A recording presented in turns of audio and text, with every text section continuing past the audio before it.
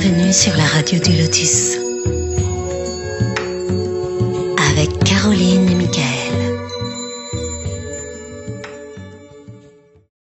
Nadia demande comment peut-on savoir si dans un soin avec les mains, c'est nous ou un esprit qui insuffle la guérison?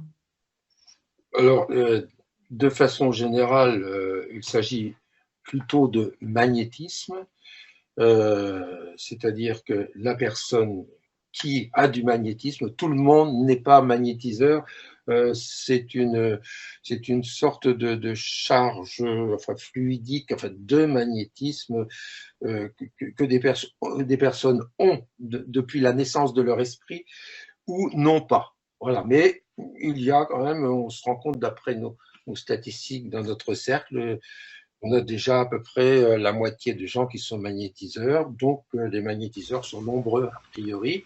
D'accord. Alors, magnétiser, c'est en fait expulser, bon, c'est en général par les mains, expulser le magnétisme par les mains et qui va être curatif, qui va donc soigner les personnes ou les soulager tout au moins, et il est conseillé aussi dans ces cas-là à ce qu'il y ait un travail de la pensée du magnétiseur. Il accompagne son geste aussi d'une pensée où il visualise le problème, où il essaie par la pensée d'éliminer ce problème.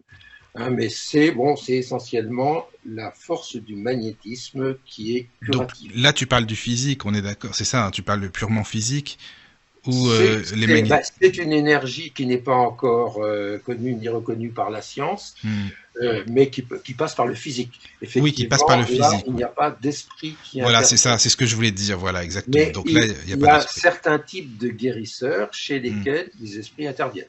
Oui, et qu'est-ce que tu penses aussi, tu sais, on en avait parlé dans une émission des médecins du ciel, si ça te dit quelque chose aussi.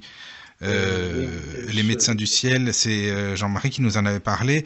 Là, par exemple, lui, c'est son grand-père qui est dans le monde spirituel, qui l'aide dans ses soins, dans ses séances de magnétisme, à soigner, à guérir à soigner, à soulager, parce qu'après on va me dire, à soulager les gens justement. Donc toi, est-ce que tu penses qu'il y a justement des personnes, enfin des esprits entre autres, hein, dans le monde spirituel, qui peuvent aider aussi, en plus des fluides, hein, mais aider à soulager?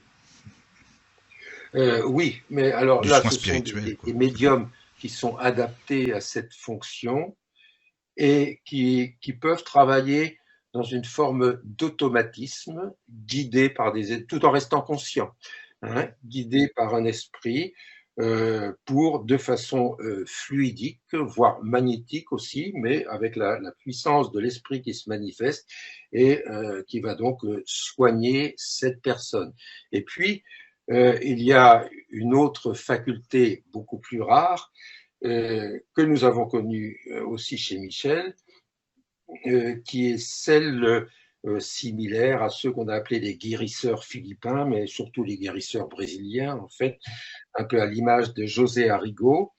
José Arrigo, incorporé par un certain docteur Fritz, mort à la guerre de 14, eh bien, pratiqué d'une façon non seulement fluidique, mais physique, souvent à l'aide d'un instrument, c'était souvent un couteau. Un couteau, oui, voilà, même rouillé. Légende du couteau rouillé, c'est-à-dire qu'on essuyait ce qui lui tombait sous la main, et qui pouvait directement enlever une tumeur, mais physiquement et directement, sans qu'il y ait la moindre goutte de sang et sans qu'il y ait de cicatrice. Donc là, quelque chose qui est à la fois physique et spirituel et fluidique, qui fait que la matière traverse la matière en quelque sorte. Et c'est ce qu'on a vu chez Michel dans une forme de soin qui rappelle José Arrigo un peu, oui. où là, ses doigts pénétraient les chairs du patient, le bout de ses doigts, où donc là, le taux vibratoire de la matière était complètement transformé, faisant que la matière, momentanément, traverse la matière. Et dans ce type d'opération, eh bien, souvent, il ressortait une matérialisation qui représentait le mal, qui était en fait tous les mauvais fluides agglomérés qui se matérialisaient sur une zone du corps. Et bon, on a eu de nombreuses séances de ce type qui étaient très fatigantes pour Michel, mais qui étaient pour démontrer quelque chose, en fait, pour démontrer que à un certain niveau, entre la matière et l'esprit, eh bien, voilà, on pourrait soigner, on pourrait guérir bien des choses s'il y avait. Il y a Chapman en Angleterre aussi. Médium de ce type, mais ce qui est loin d'être le cas, évidemment.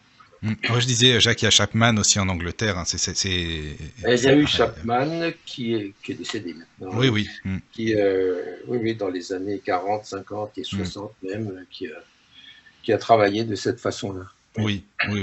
Et donc là, ils sont vraiment aidés, oui, par le monde spirituel. Ah ben, là, c'est vraiment. Il s'agit de l'incorporation. Oui, c'est l'incorporation. Donc là, c'est l'incorporation d'un esprit, et c'est l'esprit qui, d'ailleurs, en incorporation, parle. En général, il demandait d'ailleurs un coton, de l'eau magnétisée, bon, pour pratiquer son opération. Et l'esprit explique alors quel est le problème du patient et ce qu'il va faire et comment il va matérialiser le mal.